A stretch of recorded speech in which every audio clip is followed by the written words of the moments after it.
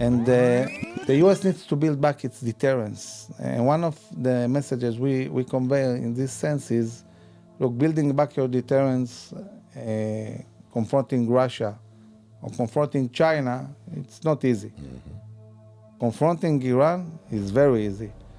So what I would suggest for the U.S. is start building the deterrence by destroying Iran's nuclear capabilities. Because these nuclear capabilities are a threat not only to Israel, it's a global threat. Mm-hmm. It's a threat for the free world. Mainstream media gives you the impression that there is nothing good about America. In direct contrast to that, my podcasts will prove by examples that America has always been and still is the land of opportunity for everyone. Hello, and welcome to another episode. My guest today is Amir Avivi, a former senior officer and policymaker in the Israel Defense Force, or IDF. During his 30 years of service in the IDF, General Amir Avivi held a series of increasingly senior roles, from being the commander of various battalions, then brigades, and then entire divisions, where he was responsible for more than 10,000 personnel.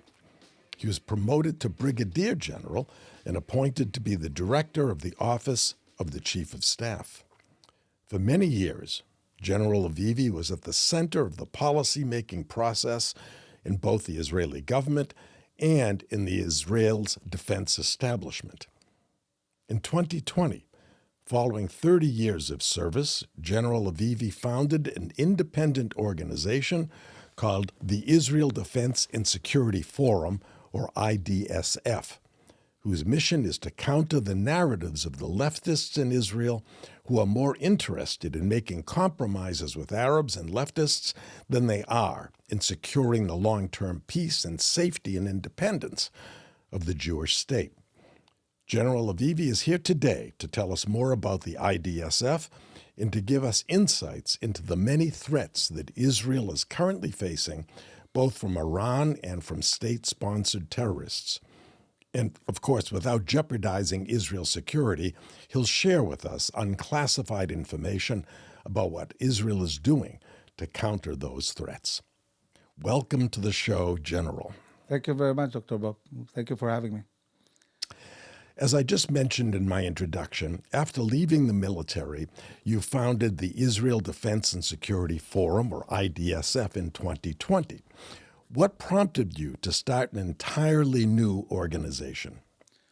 Well, at the time I was in the Chief of Staff office, there was a decision by Prime Minister of Israel, Sharon, at the time, to disengage from the Gaza Strip. Mm-hmm. I remember that. So it was a pretty amazing event because the Chief of Staff and I heard about this decision on TV. Imagine that. Imagine a Prime Minister taking such a huge decision talking about Israel's national security. I had no idea that was the case. And the Chief of Staff hears it on TV. So following this statement he made, we brought all the generals. We started assessing the meaning of that because we're in the midst of real fight in Gaza. There were rocket shooting, there were mortar shooting, there were explosive tunnels. And in the midst of all this fight, we just finished winning the fight against the Palestinians in Judea and Samaria. Suddenly the Prime Minister says, okay, we surrender. We are retreating without getting anything from that. And we had houses, temples, places of worship. We had schools. How many? 8,000 people. 8,000 people. And by the way, these people were brought to this area by the government of Israel. Many of them lived at the time in the Sinai Peninsula. Mm-hmm. And following the Israeli withdrawal and peace agreement with Egypt, the government forced them out of the Sinai Peninsula and relocated them in this area. Mm-hmm. So it was the government's doing that put them there. Yeah. Right. And now the same government, without any explanation, said, okay, we're getting them out. So a week later, there was a cabinet meeting. And in this cabinet meeting, I was attending the meeting, and the Prime Minister said, okay, I decided to disengage from Gaza. What's your assessment? So, Dr. Bob, usually you assess first and then decide. I but would think so, yeah. That wasn't Sharon's way to do things. So the chief of staff told Sharon, listen, Mr. Prime Minister, if you disengage like that from Gaza, if you connect Gaza to Egypt, endless amount of weapons, of munitions, of know-how, of terrorists will go in and out, and we lose control. Gaza will become Hamastan, Al-Qaedastan, and Hezbollahstan. This is what he said to him. So the Prime Minister turns to Avi Dichter. Avi Dichter at the time was the head of Shin Bet. Shin Bet, right. Right. Mm-hmm. He said, Avi, what's the assessment of the Shin Bet? He says exactly what Bogi said. This is exactly what's going to happen. Yeah, Bogi. Mm-hmm. That's exactly what's going to happen, what the Chief of Staff said. So we finished this meeting, and the Prime Minister insists on going forward with this plan, although it was obvious that it's going to be a disaster. So, we know politicians. We know sometimes they have considerations that not always have to do with the national security of their own state. They have politics, they have other issues. Okay, this is the first thing that happened. And for me as a young officer, this was shocking, Now, 2-3 months later, Sharon fired Bogi. And following that, of course, we all left the office. I was sent to study. And he brought a new chief of staff. It was Dan Chalutz. And he brought Dan Chalutz to do one thing, the disengagement. And a month after Dan Chalutz goes into office, suddenly the Israeli defense establishment changes its position completely and says, this is not going to be Hamastan, it's going to be Singapore. I see. Oh, perfect. There's going to be lasting peace because of the disengagement. And when I saw that, I said to myself, okay, I can understand that you have crooked politicians. Yeah. I cannot understand how defense establishment is willing to completely, disregard the real reality. And just because people want to align themselves with the new chief of staff, they are thinking about the promotions, they're thinking about, the career. The service, the career. Right. And this was, to me, it was devastating to see that. And not only that, at the same time, in the public sphere, you had all these, as you said, left-wing generals advocating, writing letters, interviewing, saying the disengagement will strengthen Israel's national security, it will bring peace and prosperity, and so on. And I knew this is all a lie. Yeah. And I said to myself, I'm witnessing the complete collapse of all the Israeli defense establishment, the cabinet, the army, the former generals, and I understood that if this will happen again in Judea and Samaria and the Jordan Valley, and it might happen tomorrow morning, the way things, are moving, this will be the end, that's it. The Zionistic project will be over. Israel will be destroyed by its own people, not by enemies. Well, I remember I was a philanthropist even then, back then. I was living in Boston, and I got a call from, I forget his name, another wealthy guy, a philanthropist, and he told me that we're disengaging from Gaza, and I have this great idea, or his organization had this great idea, because as you may remember, there were these greenhouses built by some entrepreneurs. They started a business in Israel, in Gaza, and they built these greenhouses, and within a couple of years, it became very, very famous and very successful at delivering roses around the world. All right? And it was entrepreneurial. These guys put their money in and built it and everything.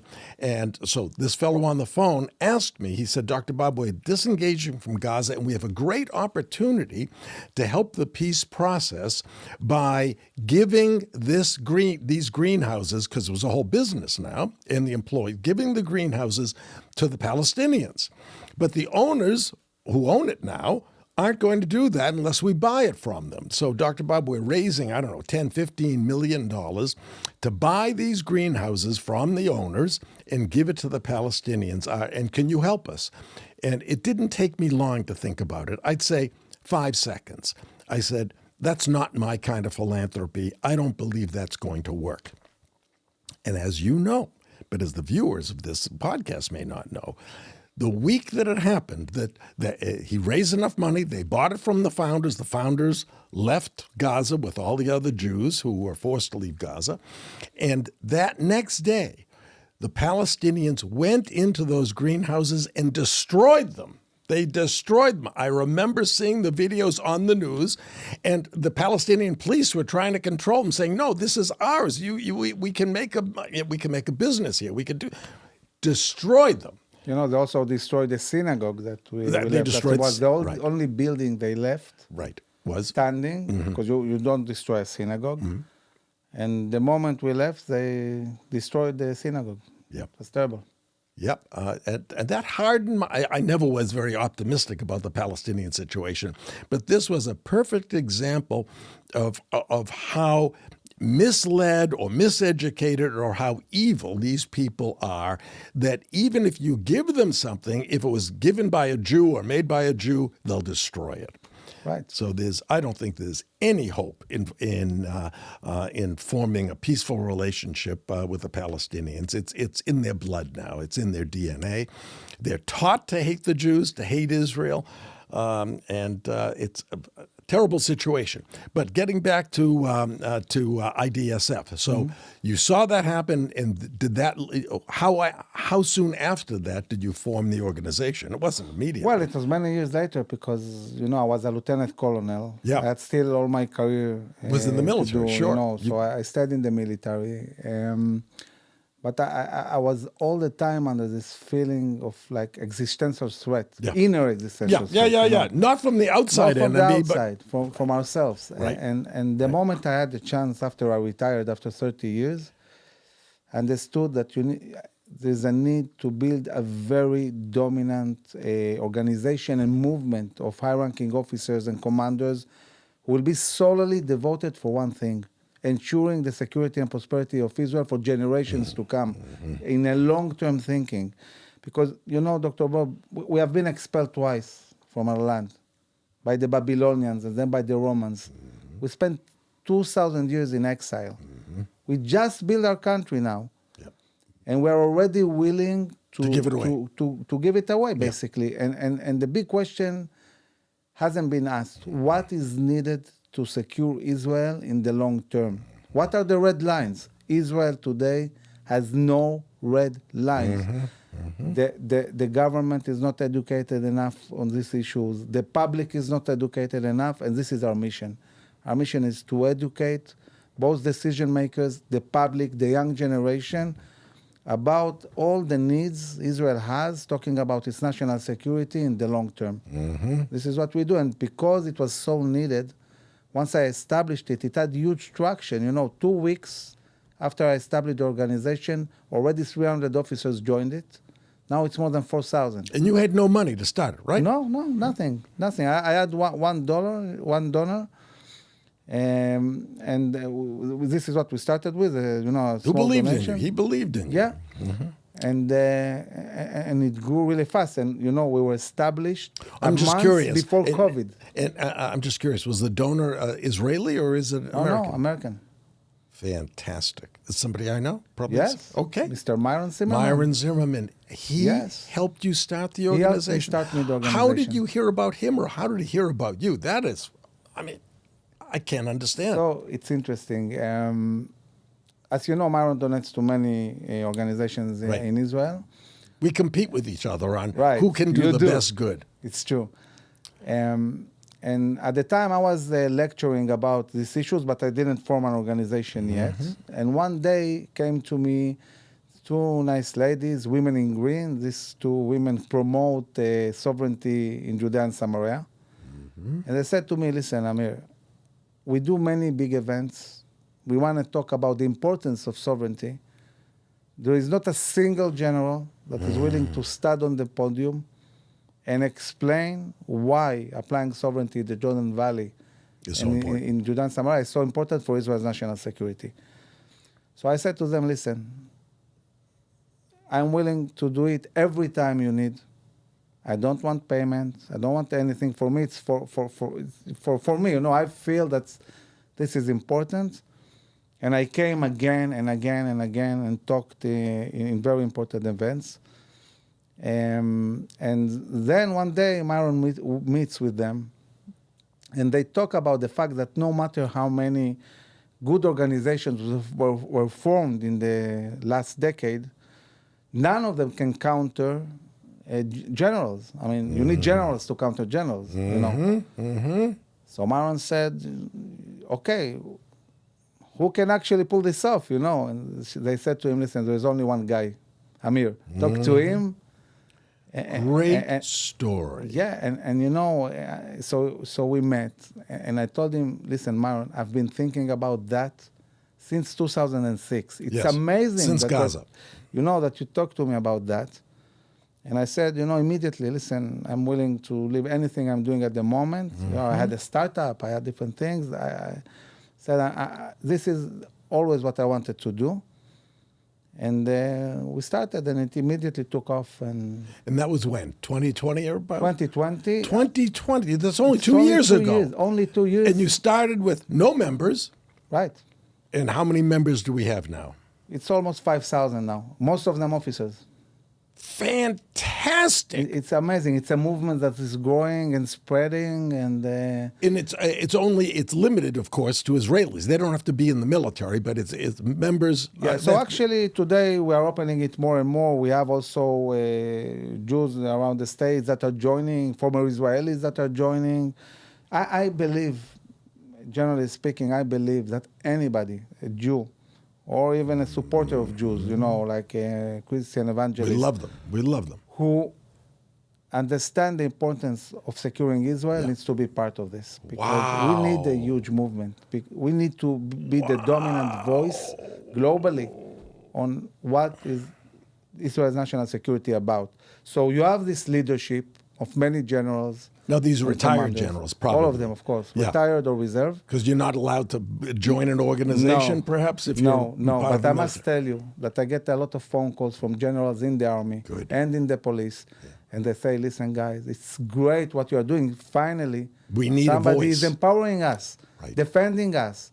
Give us on the public sphere the ability to do our job. But there must be politicians on the right who are conservative, who believe in this, or not? Of course there are, but many of them don't really understand completely the issues. They need somebody to give the research and the guidance and so on. And this is what we are doing. For example, we now finished to write a very, very big paper analyzing overall Israel's national security assessment. And now, when I'm coming back to Israel, all the senior politicians of Israel are going to see this paper. For each meeting, I'm bringing like 10 generals, different, corps, to explain all the different issues. Some are from the police, some are from the Mossad. But you would think the government would have a department that's doing that, right? You would think that the military has analysts that provide this to the government. They shouldn't have to rely on outside. So I'll tell you something interesting about the army. I can tell you that as a professional general, that, for example, if Israel would withdraw from the Jordan Valley and the mountains of Judea and Samaria, there is no way the army can defend Israel. It cannot do it. It can't be done, okay? Yeah. But if a prime minister will come now and say, this is exactly what I'm doing. I'm, leaving the Jordan Valley and Judea and Samaria, that's what they did in Gaza. The army is not going to say, we cannot cope with this, we cannot defend Israel this way. They'll say, this is a democratic decision, okay, we'll do it. I see. So they're not doing their job in this sense. They think that Zionism or the broader national security is politics, and it's not. I would expect the chief of staff to say, what are the red lines? What I can do, what I cannot do. When Sharon said he's going to disengage, that the chief of staff said, if you do that, I'm resigning. If he doesn't believe in that, he should have resigned. He should have resigned, right. And also say the truth. Say, listen, we won't be able to cope with this. Now, since they feel they cannot say these things, they trust us to say what is needed. I see. Okay? And so philosophically, many of them are in agreement. So sometimes we even I get phone calls, from the leading figures in the defense establishment saying, guys, listen, we need you to really push these issues because we don't feel we can talk can't do about it, that. So right. so you guys on the public sphere, you can say anything you want. And today we are very, very dominant on national TV, on social media. Every day we have Fantastic. interviews. I was going to ask that. One of my questions that I came up with is, what are the accomplishments, and are you starting to move the needle away from these leftists toward the center and center right? So yes, we're having a lot of accomplishments. One thing we are doing, we understand that you need to really educate the young generation. Today there is no Zionism in education. There is no history, Jewish history. You ask the most basic questions, 17, 18-year-old youngsters, and they don't know the answers. Wow. So it's amazing. It's inconceivable. Well, the same thing's happening in American schools. Yeah, but Okay, this is Israel, mind you, Yeah, a and young they don't know. country. You should, what's the history of Israel? 60 years, 70 years now? Yeah, you should be. People should know by conversations over the dinner table what the history of Israel is. Yeah, so, we have thousands of officers we can mobilize. So we started with the pre-army programs. We are very dominant there. We arrived to each program like 5, 6, 7 times, but we are doing something much more than that. We talk to them. They have a lot of questions. Now, when you talk, I mean, give me some background. You go into the public schools, or you have separate after-school programs? How is this done? Okay, we started with pre-army program. Pre-army program is a program that starts after high school. Some of the kids take a year off. They join these programs, and this is the kind of preparation for the army. I understand. So, And this was run by the government initially. and this is A government program. it's not or really quasi, controlled. Quasi It's like it's not controlled. Each pre-army program does pretty much whatever it wants, and sometimes not even prepare for the army. They bring terrible organizations to talk to these youngsters.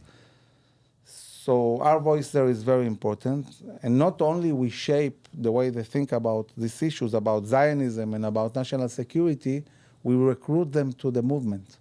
We say to them, listen, guys, you have a lot of questions. Join the movement. We'll also assist you in the army. We'll accompany strings. you. Right. And so on. So for them, it's amazing. They're 18 years old. Somebody There's can this help me. organization Yeah. of so many generals and colonels. Right. And, Very impressive. yeah, and we can join. We can be like part of you. Yeah, please do. So in 1 year, 800 boys and girls joined the organization from the pre-army programs. Now, after 2 years, not long ago, we got our equivalent of 501, and this takes 2 years in Israel, by the book. Once we got it, we were able to go to government contracts. So we came to the Ministry of Education. Sure. Ask them for money. Yeah, and before asking for money, we said, we have programs. We want to bring in the high schools. We presented 2 programs. Both of them were accepted. And this coming year, we are going into the high schools in Israel. We are going to deploy all our officers in the high schools. Fantastic. And I think in a year. And you're or not two- teaching them military. No. You're not indoctrinating. I don't want people to think that generals are going in there teaching war. What you're doing is teaching civics. You're teaching them the reason why a country exists and the Sure. value of the country and what it history, stands for. patriotism, Zionism. Wow. We talk about Israel's national security needs. Right. We talk about red lines, but we also present possible solutions and open their minds and talk discussions. We talk about And the this is importance during the of school service. day. During school day. You're given a certain amount of hours during, or Yeah, an yeah. hour during school. So the challenge is that the headmasters can choose from several different programs, not only ours. So we need to do good marketing. Sure. We need to market our program. We need to make sure that as many high schools take it. Our aim for the first year is at least 30 high schools. Now, being a movement, we have, for example, many teachers that joined us. So we talk to the teachers of our movement. We say, push forward our plans in the high schools. Talk to the principal, talk to the Yeah, administrator. exactly. Right. So we have a whole ecosystem how we can push this forward. And one of the interesting things is it's because it's so successful in Israel, we are getting more and more requests from communities here in the States saying, but we also have a young generation, and the problems here are even bigger. Right, bigger. And I believe that in a year or two we'll be also very active here in high schools, because what we bring is unique. We bring leadership, we bring inspiration, we bring an Mentors, authority you bring voice. mentors, right. Yeah, right, it's right, not right. only information, it's not only just explaining to them why BDS is wrong or things like that. It's getting them excited about who they are, about, being the people of Israel and about the state of Israel. So, important field is education. The other thing is educating the general public. That's now, harder. that- That's now harder. the way to do it is media and social media. So we want on every single subject, no matter what it is, it has to do with national security, this is We'll us. talk about it. We want to be on the panels, on TV, on the radio, in the newspapers, in social media, and we address everything, everything that has to do with national security. For example, the organization we counter, which is CIS, Commander for Israel Security, the left-wing generals, they deal only with one issue: separation from the Palestinians, withdrawal from the Jordan Valley. Don't talk about anything else. We talk about everything. And anything that happens, we want our voice to be the one that explains, that shapes the narrative, the understanding. And today, I can tell you, after 2 years, I cannot walk in the street without somebody, you are from a Bitchonistim, from IDSF. So we're getting to be well known. Tell me about the staff. How many people? And are they employees or are they volunteers? Because First of all, I would think doing the number of things you're doing and the goals that you have to have paid staff. Definitely. Have to. It's growing all the Yeah. time. We have now around 20 people that work for us in Good. some way or other, different kind of contracts. We have 2 PR companies, one for Israel and one international. So, for example, today we published an article in Fox News. So, we're getting our voice also to the media here in the States and Canada. We manage a very sophisticated platform of websites where So you all the need information IT is. people, but you need teachers too. If they're going to go into schools, Sure. right? So we have like 40 lecturers, Excellent. all of them officers, majors, lieutenant colonels. And who prepares the material for these lectures? Yes. Right? So we have a research group and Great. that prepares the materials. We do meetings. We talk about these issues. So some things need preparation, and some lectures, the people are experts in their own field. So, for example, if a pre-army program wants to hear about the Corps of Combat Engineers, we have 4 ex-corps Generals, commanders. right. So they go and talk about that. They don't need a preparation for me. Sure. So it depends what the subject is. But on more general national security issues, And we they do a should preparation. certainly know about the Holocaust. I mean, that's part of the reason why we need a state. That's the main reason we need our own place, because the Holocaust happened. Yeah, well, I think a bit differently, Dr. Bob, on this matter, and I'll tell you why. Yes? When you read our Declaration of Independence, and you read what really the people who started the State of Israel were thinking, it starts with saying, here in the land of Israel, we rose as a nation, Here we were sovereign for 1,000 years. Here we wrote the Bible. This is our land. And then it goes saying, we were forcibly expelled from our land. We prayed for many years to go back to our land. And once we had the chance to do it, we came back. This is why we have a state. No, that's right. It's not because of the Holocaust, but the Holocaust shows us that we have to be in charge of our own destiny. That's for sure. Right? And for our own security. Definitely, because Jews will never be safe if they don't have a state. Right. Jews You're in the never States, safe we won't without be- won't be you're never safe safe without a without state. weapons. And to have weapons, you need a state.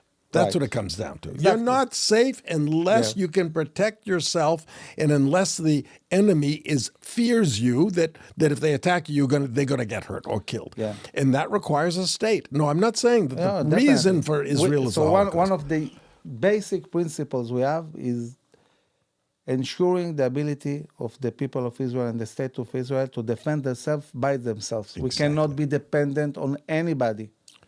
We need to be sure that we can defend ourselves. We need to be sovereign and free to make sure that we thrive, whether we get there or not. Organization. Wonderful, wonderful. Now, what about fundraising? Is it still outside of Israel? Is it still mainly dependent on Americans to fund? So since we got our Israeli 501, I see. 2 months ago, Yes. we started. The first thing I did, like maybe a week after we got our Israeli 46, it's called, is crowdfunding in Israel. We did crowdfunding. We had 1,500 people donating to the organization because, and the reason for the crowdfunding wasn't just about the money. It was about getting the people engaged. Sure, of course. Engaged and Money is understanding important, they but need engagement, to be supportive. Exactly. So we are going to grow this because I really believe that every Israeli needs to be part of this. That's right. And at the same time, we are continuing also fundraising here in the States. Yeah, we are growing this because the needs are growing. The organization is growing much faster than its funds. It's growing really fast. The needs are growing fast. And by the way, the organization became a focal point for many other organizations because anybody who wants to push an agenda needs the voice of the general, especially if it's an issue of national security. So, for example, let's say you have a wonderful organization like Regavim that, deals with the land takeover and so on. So they do all this research. But at the end of the day, the ones who go to national TV and to the Prime Minister, and we have the Knesset and so on, it's the generals. Because when we speak about it, they listen. They listen. Also, because you have scale, you have so many people involved in the organization. So we have many organizations approaching us with different needs. I see. And we take these issues and push them forward. Yeah, they do the groundwork. I know about Regavim, and I support them also. So they do the groundwork, and they give you the data, because they don't know how to push the government. They don't know how to push it. So I'll give an amazing example. You know that last year there were riots all over Israel. It was terrible. And we understood that there is a need for a national guard. A real need. We need a strong force to defend the towns. Internal. Right. The police is not enough. Yeah. Border Patrol is not enough. So we campaigned about that. And then we had many organizations approaching us from Beersheba and Dimona and from Lod and Aker and so on, talking to us and saying, listen, guys, do something about it. And after we campaigned a lot, finally, the Prime Minister said, okay, I understand. We need to start moving forward. And the Border Patrol presented him a plan to grow the Border Patrol and make it a kind of a National Guard. Maybe, right? Yeah, so he said to the Border Patrol, listen, if you show me you can bring fast volunteers who will also be in reserve, I'll fund it. Right. So, but Israel has many, every male is trained to be a soldier. They've certainly. Been, right? So instead of going on reserve, that is part of the reserve. Those people can be in the National Guard. So what happened was pretty amazing. The commander of the Border Patrol, the general commanding the Border Patrol, Amir Cohen, phoned me. Said to me, listen, Amir, we need to bring these people fast. And we, the Border Patrol, we are not sure we can do it fast enough. We think you can do it fast enough. So why don't you, with your organization, campaign for us and recruit us the people? We did a national campaign. It was all over, TV, radio, newspapers, and so on. In 2 weeks, we brought 1,400 volunteers for the first brigade. Following that, Border Patrol got the funding. And because we did it so fast, now they are building 2 other brigades, which we are going to recruit as well. And they're going to be these volunteers are going to be trained. They're going to still be civilians, right? Civilians who will volunteer in Border Patrol, but more than that, will also be in reserve in Border Patrol. Now, it's not that easy to find these people because they need, if they are in reserve in the army, they need to say to the army, we want to move to border patrol. Yeah, And if they're not doing reserve, they become reserve. I see. Okay, the training is done as part of reserve. Deployment as part of reserve. And if there is a war, they will be called. And, okay, so if there's internal turmoil with the Arab Israelis or the Palestinians or something, they then show up. They'll have uniforms or and something. they'll defend their own cities. And they'll defend Each their own one in cities. their own cities. And they'll have weapons. They will have all the time weapons in their house. All the Helmet, time. protection, Right. weapon ready Right. all year around. Oh, right. That's what it takes. Yeah. So That's this is fantastic. another aspect. And they of turn what to we're you. doing. They turn to Yeah. IDSF to In to 2 do that. years, imagine that in 2 years an organization becomes so dominant Yeah, that the it's government great. comes to us and says, you recruit for us the people. Now, it comes to mind, why don't you or someone become part of the government? Why can't you have your own party?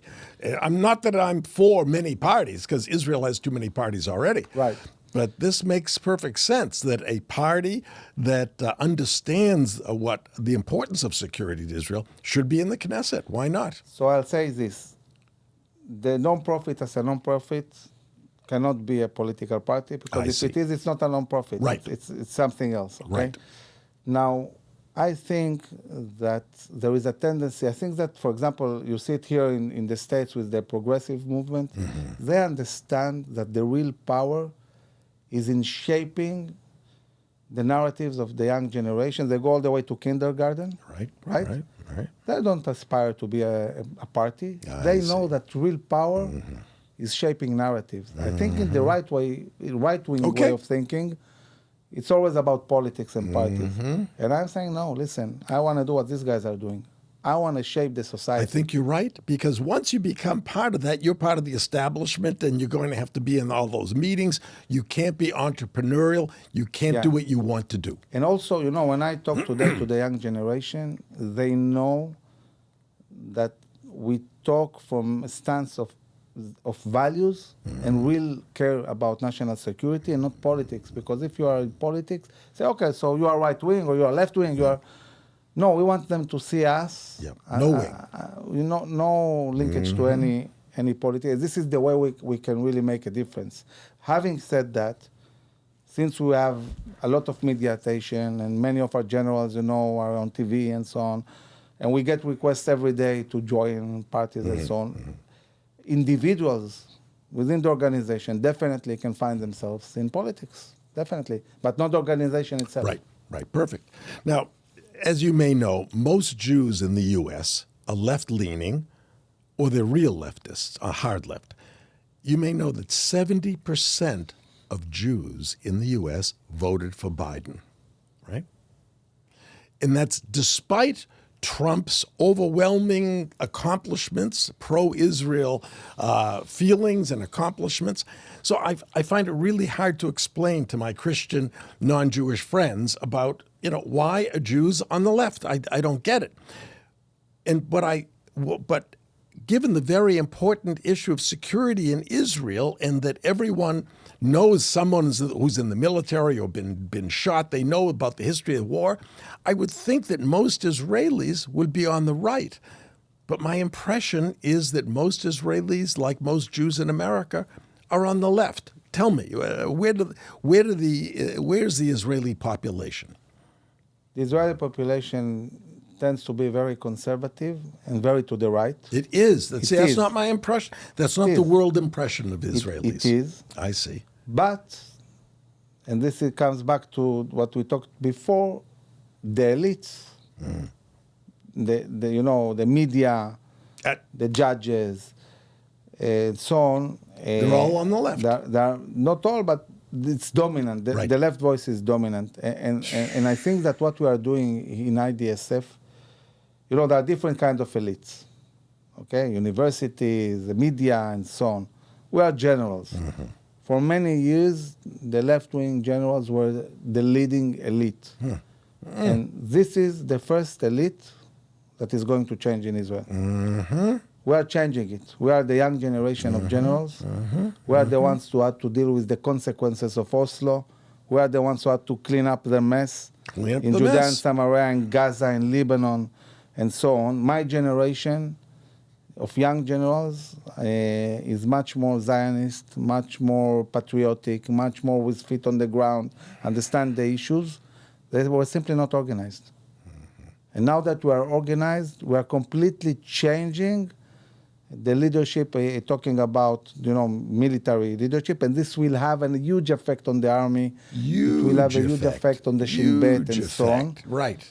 Because, think about it, for many, many years, all these young officers that were growing in the army, they look at the civil society, and the only thing they see is these organizations that promote retreats and concessions. Yeah. And only care about peace and not about security. Right. Now, I care about peace. You only have peace through security. Yeah, but I won't give up Israel's existence for so-called peace. And it won't have peace. Right. Right. So that's why this is so important. But I think that you talking about the society, you will see it in these coming elections that most of the Israeli society is right-wing. But the politicians they choose are not always, Well, same. We have rhinos in America. We have rhinos. That means Republican in name only. We have many politicians who say Republican, but they're on the left. They're not doing what I believe should be done. Now, there are numerous worrisome events currently happening in the world, as the general world, and many of those have significant bearing on the security of Israel. So I'm very concerned about the shift in American foreign policy toward Israel that occurred with the change from the Trump administration to the Biden administration, which I believe is the third administration of Obama. Biden, in my view, is not in charge. Everybody knows he's not in charge, but I think who is in charge is Barack Obama. This is his third term. And everything you see happening in the world, or on the American side of the world, is all the things that we think are mistakes are intentional, and they're done by Barack Obama to change America. He promised we are 2 weeks away from fundamentally transforming the United States of America, and this is his third term, and he's trying to do it. And one example of the things that are happening around the world that don't make sense to a lot of people and that affect all our allies is the hasty withdrawal and the unplanned or from Afghanistan, which sent very negative signals to all our allies. Another even more serious example for Israel is the ongoing effort by the Biden administration to re-enter a deal with Iran, which is dramatic 180-degree shift from President Trump's policy, which was to isolate Iran and punish it for its quest for nuclear weapons and for its worldwide support of terrorism. Let's talk about both those problems. First, when you and your colleagues heard about or saw on TV about the withdrawal from Afghanistan, where we left behind, I think it's $70 billion worth of equipment and billions of dollars of actual dollars, which I saw. What were the discussions that you heard? How did that affect your feeling about America as being an ally? Well, first of all, we understood that this withdrawal will create waves in the Middle East that were just in the beginning of, understanding how bad they are. When you look at the Middle East today, you have three major forces. You have the Sunni radicals, which include Al-Qaeda, ISIS, the Muslim Brotherhood, which is strong in different countries. You have Iran and the Shias, which are very radical, with all the militias they have in Yemen, Iraq, Syria, Lebanon, and even Gaza. And you have the moderate regimes. One of the big accomplishments of the Trump administration was the ability to bring together Israel and the moderate Sunni regimes. Why they wanted to ally with us? Because of these threats. They are very afraid of Iran, and they're also afraid from Sunni radicalism. Now, the withdrawal from Afghanistan empowered dramatically both the Sunnis and the Shias, the radicals. And now ISIS is spreading again across the Middle East We even had some terror attacks in Israel that were inspired by ISIS. And ISIS is Sunni? Sunni. Yeah. Mm-hmm. And ISIS is getting stronger now in the Sinai Peninsula. ISIS carried out in the last year thousands of attacks in the Middle East. Nobody's talking about it. 8,000 people were killed in the last year by ISIS. It's Which countries is this mostly happening in Afghanistan, in Iraq, in Syria. The power. The Taliban are Shia, is that correct? Sunnis as well. The Taliban, but the Taliban are enemies of of So ISIS. the Sunnis fight among themselves. I see. Also, in okay. addition, So you have different factions of Sunnis that fight among themselves. Because the Sunni world is much bigger than the Shia world, but the Sunni world is divided, and they fight among each other. This is why Iran manages to be so dominant. I see. Okay. I see. Now, what the U.S. is doing, basically, it's empowering the most dangerous forces in the Middle East, Iran and the Sunni radicals. And this is a huge threat. It's a huge threat to Israel. It's a huge threat to any regime that is moderate. And it's a big problem. It's a big problem. But also it's the reason why these Sunni regimes feel they can rely more on Israel than the U.S. This is why they're getting closer to us. This creates some opportunities for us, talking about relationships, Well, it must frighten other allies, too, where we have bases. We have bases in Japan. We have bases in Germany. And overnight, we could pull out of those bases. We pulled out of Afghanistan. We were there in Afghanistan how many years? About 20 years. 20 years. And now this explains to you why the Russians feel emboldened to go into Ukraine. They are not afraid because they feel that the West has lost its willingness to fight. Okay. There's no more cop on the beat. There's no more policeman. Right. The U.S. Now the West is much, much, much stronger. It has a much stronger economy. It has a much stronger army. Right. NATO is much stronger than Russia. Okay. But the Russians are not afraid to fight, and they are. So this is why Putin feels empowered, and he attacks in Ukraine. And at the same time, the Chinese feel empowered. Of course, in the and South China Sea. They do what they do, talking about economy, talking about the Pacific, and the way they're handling themselves. And the U.S. needs to build back its deterrence. And one of the messages we convey in this sense is, look, building back your deterrence, confronting Russia, or confronting China, it's not easy. Confronting Iran is very easy. So what I would suggest for the U.S. is start building the deterrence by destroying Iran's nuclear capabilities. Because these nuclear capabilities are a threat not only to Israel, it's a global threat. It's a threat for the free world. But I think if you send your delegation, not you or the Israeli government sends delegation to talk to Biden or this administration, there's no hope. There's no hope convincing them that we shouldn't support Iran. Look what Obama did for Iran, right? We didn't have to enter into that deal in the first place. And he released, I think it was $70 billion that we had attached and in addition sent them more cash. And I don't think it's because he thought it would bring peace. You don't bring peace to an end to a regime like that by giving them things. It's by deterrence that you can bring peace. Definitely. So I think that Obama and now Biden are doing that because Iran is an enemy of America, and I think Obama is an enemy of America. He hates this country the way it is. And that's why 2 weeks before he became president, he gave a famous speech to cheering crowds about we are 2 weeks away from fundamentally transforming the United States of America. That's what he wants.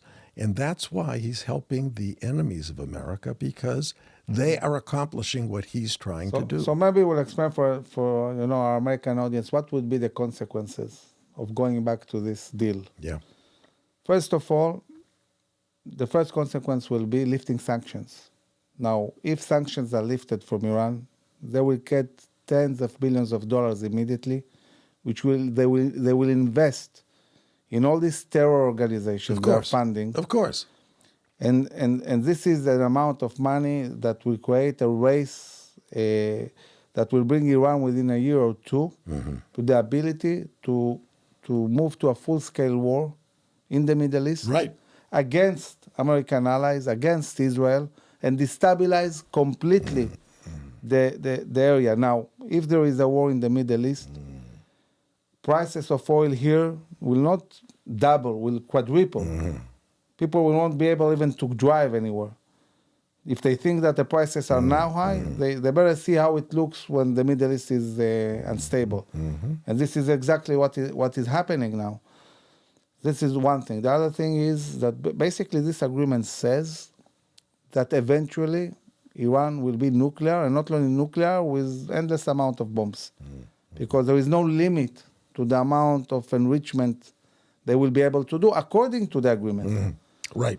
Now, the moment this agreement will be signed, all the countries, all the other countries in the Middle East want nuclear weapons, and nobody will be able to stop them. Now, all these countries are unstable.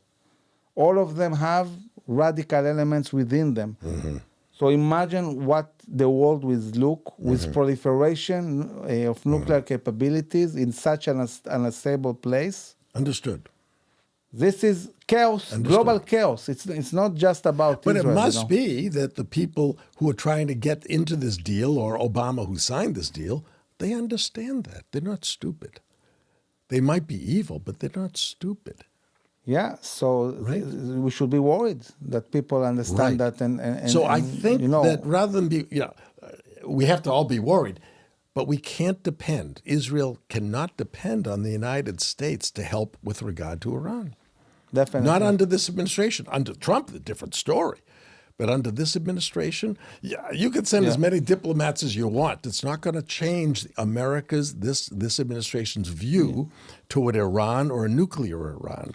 So that's my next question is that what are the two top threats to Israel that you worry most about? Give me the two top threats. Of course, one is a nuclear Iran. What's the other one? So it's more than a nuclear Iran. It's the whole Iranian buildup of force around Israel. Yeah.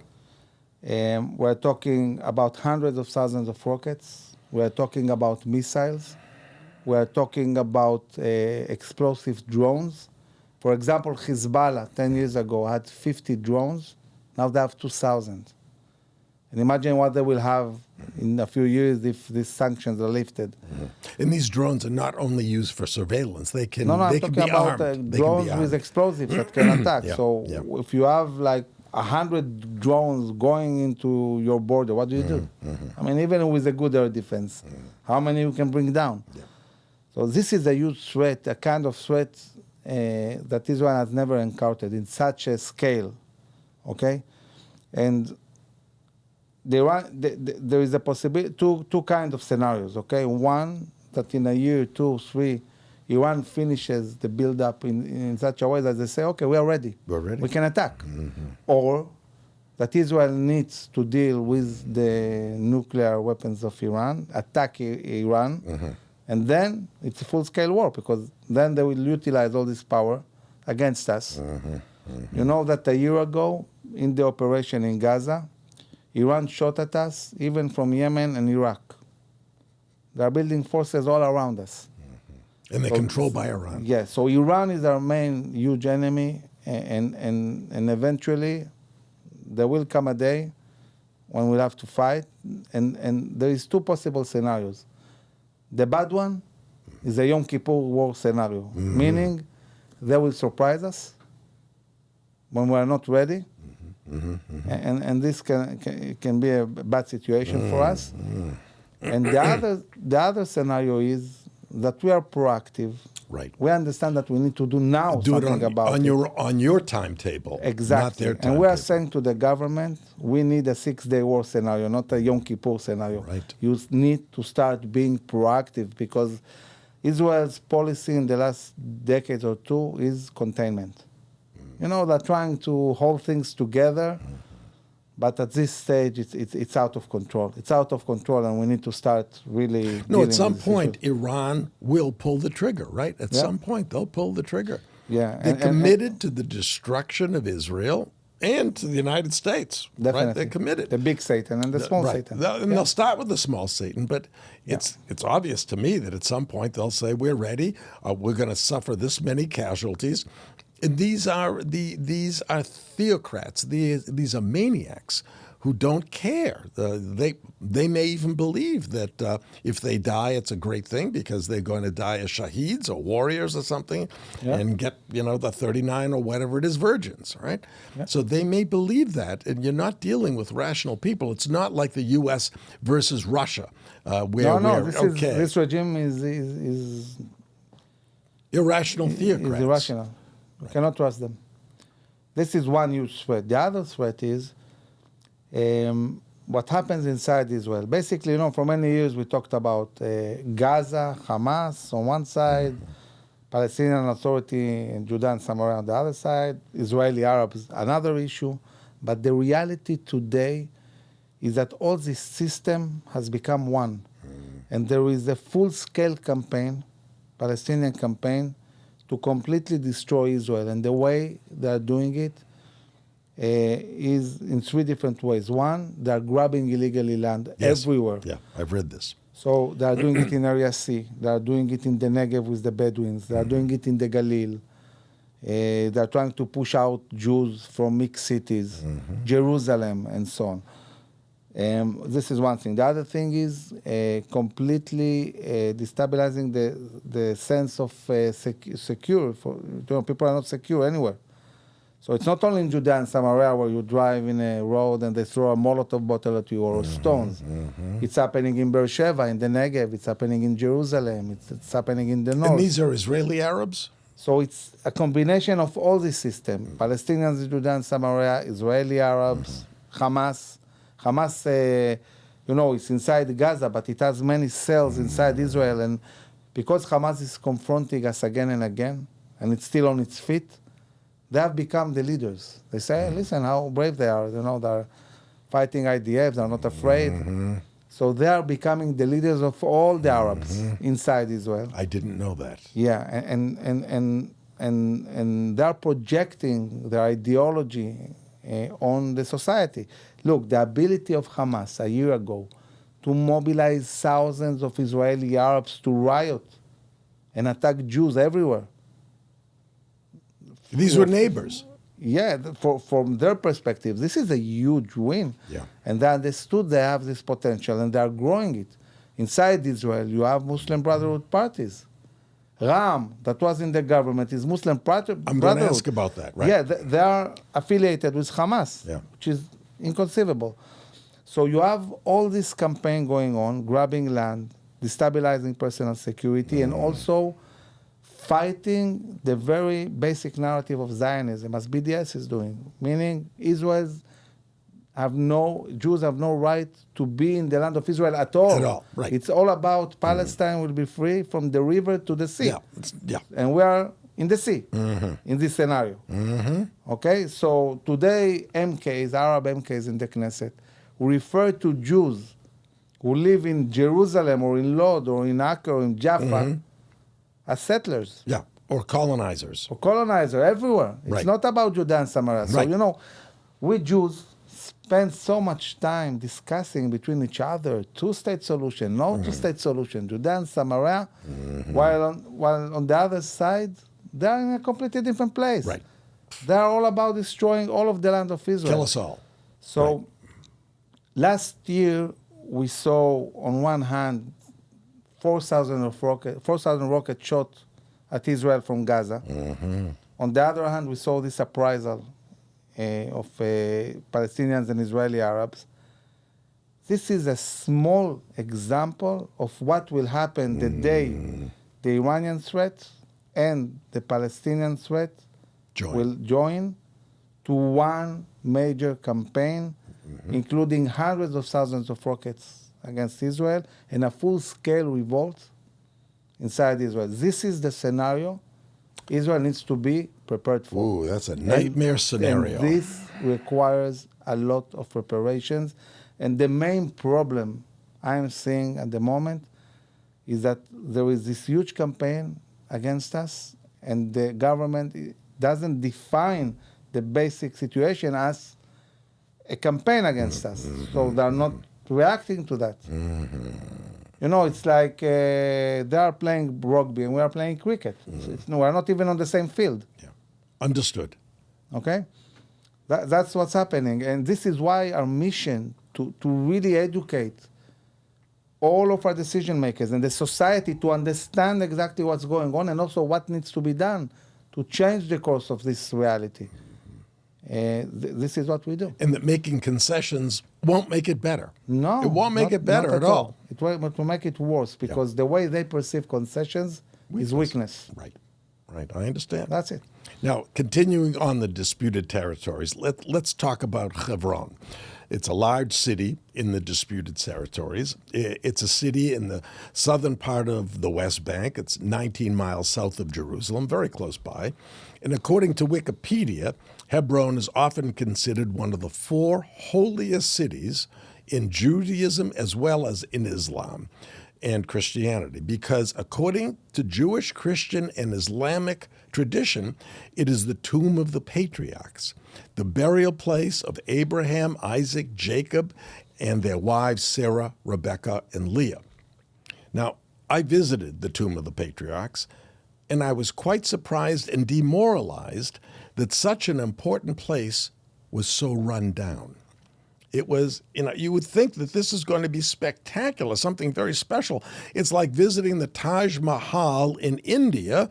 The Tomb of the Patriarchs should be a place of beauty, of reverence, that is well maintained. But what I saw was it was terribly run down. And when I asked people, why it's so run down, why don't we have a signage here, why aren't there bushes here, why isn't there lighting, I was told that despite the entire West Bank being under Israeli control, that the Israeli government gave administrative control of the entire city, including the tomb, to the Arabs. Even to put up a sign for tourists or add proper lighting, the Israeli government has to ask permission. Now, this is a place that's extremely important to Jews. The entire city was won back from Jordan in the wars, the Six-Day War in 1967. Why on earth would it be under administrative control of the Arabs? And this doesn't happen only in Hebron. Gaza is another example. We conquered Gaza in the war.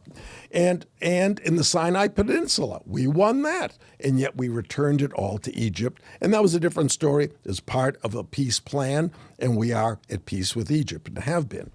But why, after winning wars that are waged against Israel, does Israel yield control of the land of these precious places that we won from the Arabs?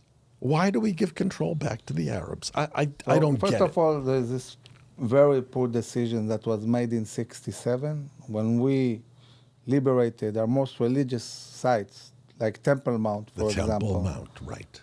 And the tomb of our patriarchs. The right thing to do at the time was to say, okay, this is Jewish religious sites. Right. Okay? And it could have been destroyed by accident, whatever. That Dome of the Rock is not important in Islam, right? And Jerusalem, I think, isn't even mentioned in the Quran. No. That Dome of the Rock should have been fucking destroyed. So that was our land, and they built that. They built that on top of the Jewish temple, exactly. Right? Now, what nation would humiliate itself and let somebody else put a building on your most holy site, exactly, and then you win it back, but you leave it there? Now, they know that the heart and soul of the Jewish people is Temple Mount. Mm-hmm. This is why they're fighting so hard for that, because they know that if they get hold of that, that's it. Yeah, but in 1967 we had a perfect excuse. So what we did at the time, we gave the Jordanians, administrative control of Temple Mount. Mm-hmm. Terrible decision. Yeah. Okay, and now the Jordanians controlled that. They took it away. I don't know what the history is, but we won it back, and we give them control. The Jordanians controlled Judea and Samaria for only 17 years, okay? Because what happened was that we had British mandate. When the British retreated, Yes. and Israel was formed, the Jordanians basically went into Judea and Samaria. This is not their place. Conquered these areas. We were not strong enough to deal, with the Jordanians at the time, and we liberated it only in 1967. But the Jordanians, only 17 years, were in control of this area, illegally, by the way. They were never recognized by anybody as right owners of the land. And yeah, we should have taken full control full of control all of of it. that at the time. Right. The Tomb of our Patriarchs is an amazing site. It was rebuilt by Herod the King. Now think about it. Herod the King lived something like 2,100 years ago. For him, it was no question that this is the tomb of our forefathers, okay, for patriarchs. I think it's in the Chumash. It's in the Old Testament where it talks the about... whole story is there. Right. How about Abraham bought it? Yeah, and 2,100 years ago, they knew this is the place. Yeah. Now think about it. Before that, there was 1,000 years of sovereignty, meaning there was Jewish continuity in this land all the way another 1,000 years back. Before King Herod. And our forefathers lived not long before, like a few hundred years. So there's no question. We're the only nation on earth that know exactly where our fathers and mothers are. Right. There is no such site in the world. Right. Nobody knows where it came from as a nation, who were the fathers, the mothers, and so on. We know. We know. And today you can even see it in DNA, Jewish DNA. See it very clearly that Jews share the same DNA from the same fathers and mothers. It's amazing. So I agree. It's really depressing. There's something wrong with the places like with that, these that Jews. should have been the most amazing places in the world. Now I want you to know I'm doing my part because I'm a big donor to the Friends of Hebron. Right. The flag. Ishai Fleischer. He's a very good salesman. And he's here twice a year telling me and showing me photographs of what they've done. Sure. The flag that's there, there's a plaque about my family on that plaque and all the lighting that's there now at night, beautiful landscape lighting. I paid for that, the bushes. But the building itself, you can't touch. You can only touch this, you can only touch that. It just drives me crazy. I think that the day after Abu Mazen goes, this Palestinian authority is going to fall. I hope so. And because it's corrupt, it's terrorist, the Arabs themselves hate this entity, hate them. Abu Mazen has no public support at all. That's why he doesn't hold any elections. So I think that when this day comes, this would be a good opportunity for us to change the rules of the game, and create a new reality. Yeah. But what we'd have to do, and it's almost impossible, we have to go in and take charge. We have to run Gaza. And what a problem that is, my God, because the people were trained from birth to hate us, right? Yeah. And so one of the challenges that we're saying, sometimes people have this really strange way of thinking. They say, you know what, let's withdraw, let's say from the Jordan Valley. And if this doesn't work, well, what's the problem? We'll take it again. Say, okay, try to take Gaza again. Yeah. An egg that becomes an omelet doesn't go back to be an egg. That's right. Yeah. Okay. Yeah. Once you've cracked the egg, you can't get it back in the shell. Exactly. Now, today, going back to Gaza, it's a huge, huge problem. Right. Huge problem. It's not so easy, okay? And maybe one day we'll need to do that, but the prices will be very, very high. And we created the situation before that, Gaza from 1967, when we conquered it, all the way to Oslo, was a non-issue. Nothing was going on there. It was... There is no one serious commander that was in the region of Gaza because it was humiliating to serve in Gaza. Nothing was going on there. No kidding. I didn't know that. You know that when I was... I was a deputy battalion commander in 96, just very few years after Oslo. And at that time, for, let's say, combat engineers to serve in the Gaza Division was a disgrace. Who wanted to go there? And not interesting. Ooh. We served in Lebanon, we served in other places. Yeah. And things deteriorated so fast the minute Oslo started. Because we left? Because we left the cities. Yeah. And then in 96, there was a huge fight. They killed the Deputy Division commander. There was a whole mess there. And suddenly the situation changed completely. So I was supposed to go to the School of Combat Engineers to be the chief instructor, which is, for us, it's a very good position. And then the commander of my corps phones me. He says to me, Amir, I know you are in Lebanon, you are going back home. I want to meet you in a gas station. I need to talk to you. So we meet in the gas station, a general and me, right? He says to me, listen, I know that you're supposed to go to be instructor in the School of Combat Engineers, but I'm changing this decision. You are going to Gaza. I said, what, Gaza? Who wants to go to Gaza? He says to me, no, you don't understand. I need somebody like you. The situation completely changed. And indeed, when I arrived there, I was the combat engineer of the Gaza Division under General Gallant. You have Gallant, who is today an MK in the Likud. He was the Minister of Education. And indeed, the situation became terrible. So all this happened in Oslo. And afterwards, So what happened when it became terrible? You mean there was a leadership vacuum and it was filled by terrorists? What happened was that we in Oslo withdrew from the main cities with a decision not to operate inside at all. The moment we did that, at the peak of this peace process, they immediately started building rocket capability, mortar capability, grenades, everything. Now, we knew that, and we didn't go in. So it grew and grew and grew. It took them several years to build this capability. And who was in charge of Gaza at the time when we left? Who was in charge? The Palestinian Authority, the Fatah, Arafat. Arafat, I see, yeah. Now, not even 1 day passed before they started building these capabilities. There was never a peace agreement. Anybody who talks about a peace agreement, this is complete bullshit. The moment we did the first step in this peace agreement, they started building for war. So it took them several years to do this build-up, okay? And this is without even being connected to Egypt. This is before the disengagement, right? And then in the year 2000, it took them like 5 years to prepare. They were ready and started shooting rockets and mortars and so on the towns inside Gaza, okay, and on towns around Gaza. Yep. And then things really deteriorated. And then the next step was that the government said, we cannot really defend the communities that are being shot every day. I see. So pull out. Okay, so we'll pull them out. I see. So what kind of thinking is that? Yeah. That just changes the battle line. Dr. Bob, you are a businessman, okay?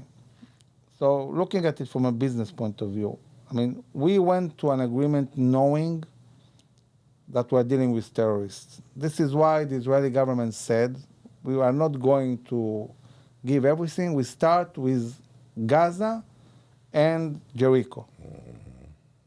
But Gaza, the very first day already failed. So if it failed, why did you continue? Yeah. Why did you continue ceding land? Why did you withdraw? Probably there was international pressure to continue with the Oslo Accords, I suppose. But I think that... So what? Who cares? No, I don't even think that was the situation. I mean, if Israel would say, listen, we have an agreement. Yeah. Gaza and Jericho first. Gaza is not working. You know what? No problem. We'll continue, but let's see that Gaza works first. It never worked, so why continue? So what is, in your mind, the solution to this problem? I mean, I don't have any ideas. Well, one idea is all Palestinians go to Jordan, because that's a Palestinian state basically anyway.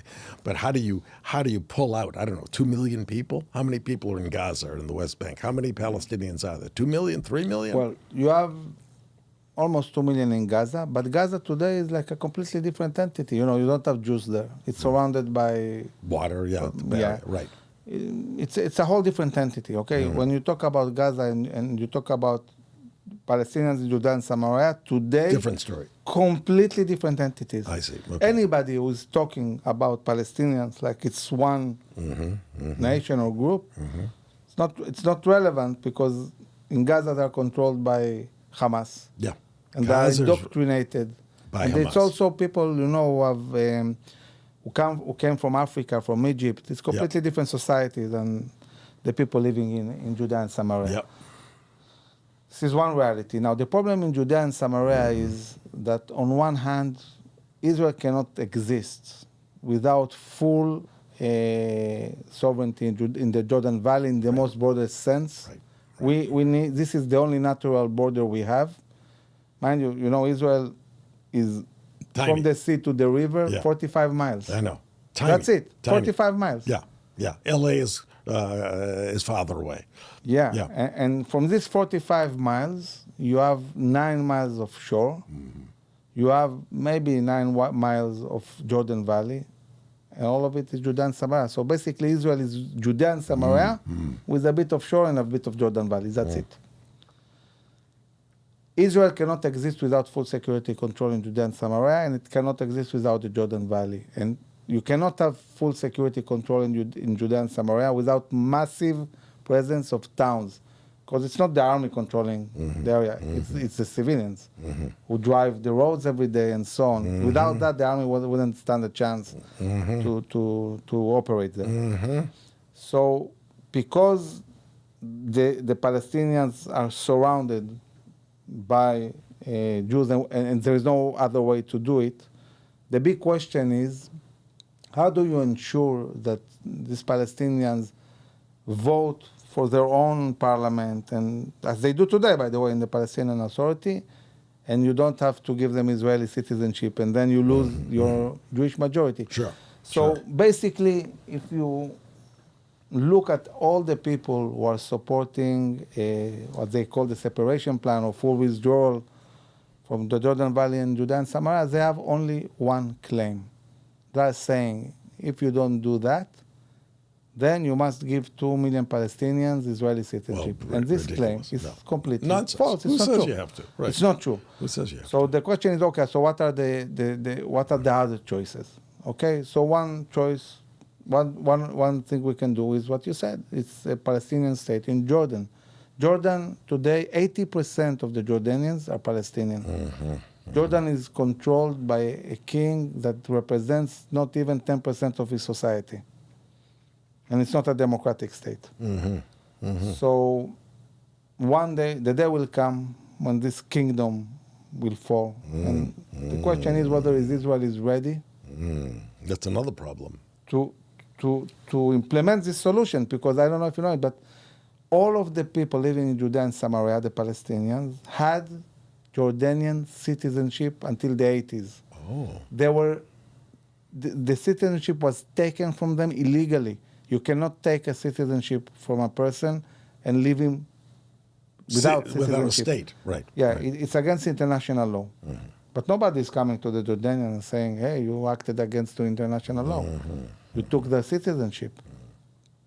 So basically, for many years, even the left in Israel, the leading plan was the Jordanian Confederation, meaning that the guys living in Judea and Samaria will have Jordanian citizenship, yet you'll have the Jewish towns, you'll have full security responsibility of Israel, you'll have the Jordan Valley, and so on. This is one solution. We talked before about the fact that probably the day after Abu Mazen, the Palestinian Authority will dissolve. So many claim and say, this is terrible because if they go, Hamas will come. And we are saying no. First of all, Hamas will not come for a simple reason. The IDF won't allow it. I mean, any place Hamas will try to get hold of, Israel will destroy them. And it's not going to happen. But on the other hand, you have local leadership in the different cities. The cities are built much like the United Emirates. Local tribes Oh, that I run didn't the know. city. This is in the West Bank. In the West Bank. Yeah. Every single city has its local tribes, and they're completely different in its city. Oh. Hebron is a whole new, different world. Ramallah, it's a different place. Jenin, and this is for thousands of years. It has been like that. I see. Clans. Even It's it's clans, and even in the time of Bible, these were city-states. Okay, this is very similar to the idea we see in the United Emirates, city-states like Dubai, like Abu Dhabi. This is working amazingly well for the United Emirates, and this could be a very good solution to have city-states. Yeah, I see. Okay, Right. each one of them interacting with Israel. So I can tell you that we have very close connections with some of these heads of clans, and they are saying to us, guys, listen, we want independence. We don't want the Palestinian Authority. Our only obstacle is you guys, because we know that if we'll revolt and throw out the Palestinian Authority, you, Israel, will back them, and they'll kill us. So they come to us because they know that we know all these generals in the army and the Ministry of Defense and so on. And Why do they assume that we would back Abu Mazen? Because The PA. look what's going on. The government and even the Israeli defense establishment treat the Palestinian Authority as if they're a kind of messiah. I see. I didn't know that. And these guys They have no control. They're just thieves. are bigger dangers than Hamas. Right. What they are doing is more Thieves. dangerous to us in the long term yeah. than any Hamas rocket. And so my organization is educating about how bad the Palestinian Authority is, how corrupt it is, how dangerous it is to Israel, and showing clearly that there are other solutions. I see. And we should seek partnership I see. with the local leadership. I understand. Yeah, now I can tell you this is no theory, because in Operation Defensive Shield in 2002, the Palestinian Authority collapsed. It was completely. And for a year and a half, there was no Palestinian Authority. And we did all our business with the local clans. We could have continued doing this business. I see. But for some reason, Israel brought back the Palestinian Authority. We could have given it up. Now, without the Palestinian Authority, all the money is allocated from Europe and so on for Would go to terror, these for clans. takeover Would of go to the land. clans. They won't have the infrastructure Right. to fight us. Right. Perfect. So this is a very good solution. Another solution, which I've been personally promoting for a few years, is shifting the paradigm. You know, we're all the time trying to find a solution in Judea and Samaria. There is no viable solution really for a Palestinian state in Judea and Samaria. But in Gaza and the northern part of the Sinai Peninsula, there's huge potential. I mean, you know, sometimes when I talk about the issue of two-state solution, I say, how can anybody think that in a land with the width of 45 miles, you can stick two states? Yeah. It's not about Jews and Arabs. It's impossible. So my claim is, you want to solve this issue, bring more land to the discussion. You cannot solve it like that. If the world is really, really serious. The Sinai is what you're saying. Sinai Peninsula has huge potential. It's almost completely inhabited. It's a huge area. Uninhabited. Uninhabited. Yeah. The northern part of the Sinai Peninsula today, Egyptians hardly control it because you have ISIS there. But it's a beautiful area. It's not all desert? My impression No, is it's along the sea. Oh, I see. It's okay. like San Diego. Yeah. On the shore, you know. Amazing shore. Right. Beautiful. You know, we, Israel, when we were in the Sinai Peninsula, we built cities there, Yamit. Yeah. It was an amazing place. So if you enlarge Gaza into a portion of the Sinai Peninsula, see. let's say 10%, 10% of the Sinai Peninsula is bigger than all of Judea and Samaria and Gaza. Now, I'm not saying taking anything from the Palestinians. What they have, okay? But enlarging Gaza. Because, you know, when I many times when I talk about these issues in universities here in the States and so on, I said to them, you know, guys, you all of you, you don't care about Palestinians. You know, people are shocked. There is the attack us, and I'm saying it to them. And they say, how come? I say, because you want to lock 2 million Palestinians in in Gaza in a place with the width of 3.5 miles. It's a prison. How can you agree to that? And people are shocked because, they don't know the details, they don't know the map, they don't know what the classic two-state solution really is all about. And then when they see it, they're shocked. They say, no, but we don't think it's right to lock 2 million people in such a small area. And then they're willing to listen. And then when I present a solution of a viable, contiguous... So you're saying there are really different Palestinians. There's the Gaza crew, which we can expand the land somehow by taking the Sinai Peninsula and isolate them from us, right?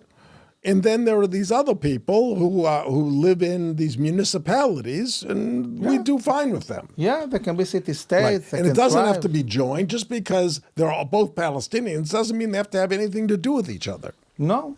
And and also take in account that when people talk about a Palestinian state, let's say in Judea and Samaria, they automatically assume that the people in Gaza will be citizens of their own state. I see. So if it works this way, why won't it work the other way? Yeah, right. No. If you anchor it in Gaza, okay, these guys can choose for the parliament in Gaza. Even Russia has territories that are not attached to Russia, like Kaliningrad, for example.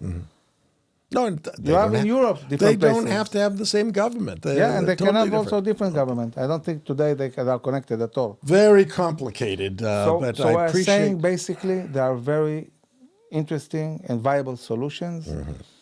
And, you come from the high-tech industry, from dealing with,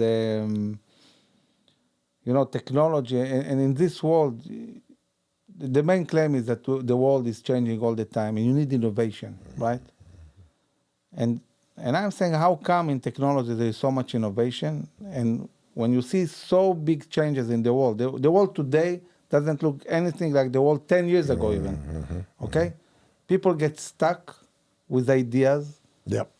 Some wrong model. drunk British guy gave 80 years ago. Yeah. And they're still stuck with the same idea which haven't worked. Right. So why don't be innovative? Why don't think out of the box?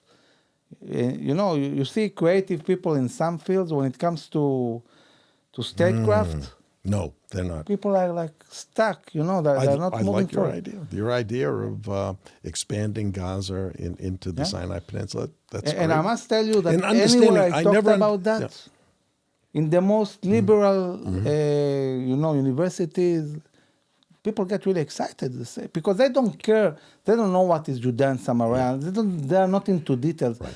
They want to see. Let's take Kerry's and Obama's vision. Kerry, he presented Obama's vision. He said, "We want two viable states living side by side." That's bullshit. I say, okay, you know what? But what does your solution, you guys, you Kerry and Obama? Your solution is two non-viable states living one inside the other. If you have a vision, you need a proper execution. Your execution has nothing to do with your vision. My idea is your vision. I'm presenting a vision of two viable states living side by side. And this is why I think that if the problem in Israel is that Israel doesn't have any clear vision. One of the things we are pushing forward is saying to the government, saying to the society, we need to unite around a clear vision. And sell it. And sell it. Okay. Next, let's talk, and thank you very much for the details. We could go on for hours, but my viewers won't watch it for hours. Changing the topic, but of course we're still talking about Israel. The current government included 4 Arab members belonging to the Ram party, from what I've read. And that party has members who are opposed to Israel's existence. So my question is, how does it make sense to have politicians in your party, in the government, helping run the government, who hate the government, who hate the country? I don't understand. Shouldn't there be a pledge of allegiance? If you're going to be in the government, you have to say, I believe in this government, I love the government, I'm going to support the government. Shouldn't that be a requirement? Yeah, I think the situation is even worse than that. Because basically, it's the first time in the history of Israel that you have a government that has a minority Zionist presence, that they need a Muslim Brotherhood party to exist. To exist. Now, anybody who understands anything about politics understands that if you have even a small party of 4 people, but without them there is no government, they control everything that's going on in the government. So basically we handed the keys of the state of Israel to the Muslims, to a party of the Muslim Brotherhood that wants to destroy the Jewish state. This is what happened. But that seems obvious. Doesn't every Israeli understand that? And no, that's the amazing thing. And you know, there's one thing every Israeli agrees, well, left, right, you know, everybody understands that you need the majority of Jews in the state of Israel. Okay, that's a good thing. One of the claims of the left is we need to withdraw from Judea and Samaria because maybe we'll have to give citizenship to the Palestinians and then we won't have a majority. And we are Zionists. We want a majority of Jews. Why on earth you need a majority of Jews in the state of Israel? There is only one reason: the government. So you have Zionist policy. So, but now we don't have a Zionist policy. The discussion is not even if in a government in Israel you should have another party or not, okay? It's the fact that you cannot have in Israel a government that doesn't enjoy a majority, clear majority of Jewish Zionist parties in order to have Zionist policy. Then once you have this majority, you want to consider bringing in an Arab party or not, that's a different discussion. But certainly I wouldn't bring any party who is anti-Zionist, who is against the state of Israel. It's incredible. But anyway, so the government fell, right? 2 members quit the coalition, from what I understand, and now there are going to be new elections in October, November. What is going to happen? Because of this parliamentary system, which most Americans just don't understand, or if we understand it, we don't understand why you'd have such a system with so many parties. When you have those many parties, as you point out, the minority has more power than the majority. So what happened in Israel basically is that for some reason along the way, all the political discussion, instead of talking about ideology, instead of talking about real issues, everything became Bibi or not Bibi. I see. Okay? Right. Now, it went to such an extent that when politicians who are supposedly Zionists, you know, had to decide whether to partner with Bibi and other parties or leave Zionism and give the government, the Arabs control. They preferred the Arabs who want to destroy Israel. I get it. On a prime minister that for 12 years did a great job. Did a good job. Did a great job. You know. Now, I'm not saying, you know, like Trump, he has his issues, you know. But we have the same thing in America. We have the never-Trumpers who voted for a guy who is in his dotage, who obviously doesn't have control of his faculties, rather than vote for Trump. Yeah, but here, you know, it's we amazing. Have the same story. And it was obvious that it's going to fail from the very beginning. We wrote a very strong paper explaining who Ram is, explaining the affiliation of Ram with the Muslim Brotherhood. To the Muslim Brotherhood and to Hamas. Yeah. Okay, and we also said something else. We said that the way the Arab society is understanding this move, they're not saying, look, now we are part of the government and so on. No, they're saying the Jews have lost it. They have broken. Zionism is broken, and this is our moment to revolt. I get it. And the months after we released this paper, the riots in Israel started. After the riots, I was, you know, maybe I was really naive, but I thought that our politicians will understand that this is a big mistake and won't form a government like that. Yep. But didn't happen, unfortunately. Well, thank you, General, for spending time with me today, and thank you much, much more for your continued hard work and dedication to the peace, security, and prosperity of the Jewish state of Israel. And thank you, Dr. Bob. I mean, I don't know if the audience knows how much you support so many important things in Israel. You are really somebody that Israel can rely on. And I want to thank you for everything you are doing. Thank you, and I'm going to keep on doing that. I'm committed as a Jew to the safety, security, and prosperity of Israel. And thank you for watching, and if you enjoyed this episode of Life Lessons with Dr. Bob, please subscribe and you'll automatically be notified of future podcasts in the series. Thanks so much for listening to another episode of Life Lessons with Dr. Bob. If you enjoyed these interviews with some of today's most influential thought leaders, please follow and rate the show on your favorite podcast platform. And don't forget, you can also watch each episode on YouTube as well. We'll see you next time.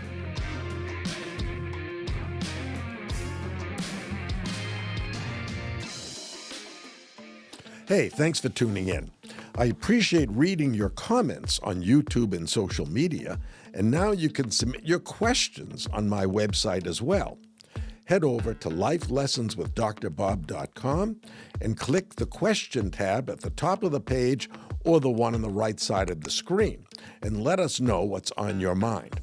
I'll answer your questions at the beginning of each episode, so let it rip. Let's have some fun.